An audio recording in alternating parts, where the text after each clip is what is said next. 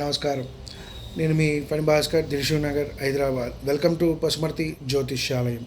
ఈ వీడియోలో వృషభ రాశి వారిలో మనము విద్యార్థులు కూడా ఉంటారు. వారికి కొంత చదువు పట్ల అనాసక్తి ఉంటుంది, కొంత చదివిన గుర్తు ఉండకపోవటము, ఏకాగ్రత లోపించటము, ఇవన్నీ కూడా ఉంటూ ఉంటాయి.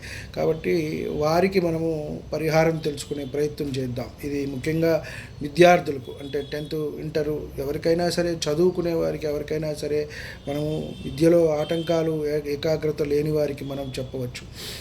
చక్కగా బుధవారము ఎప్పుడైనా సరే ఉదయం పూట మనము గోధుమ రంగు కలిసిన ఆవు, కొన్ని చూస్తే ఆవులు ఉంటాయి, తెల్లటివి నల్లటివి ఉంటాయి, కొంచెం గోధుమ రంగు కలర్లో ఆవులు ఉంటాయి.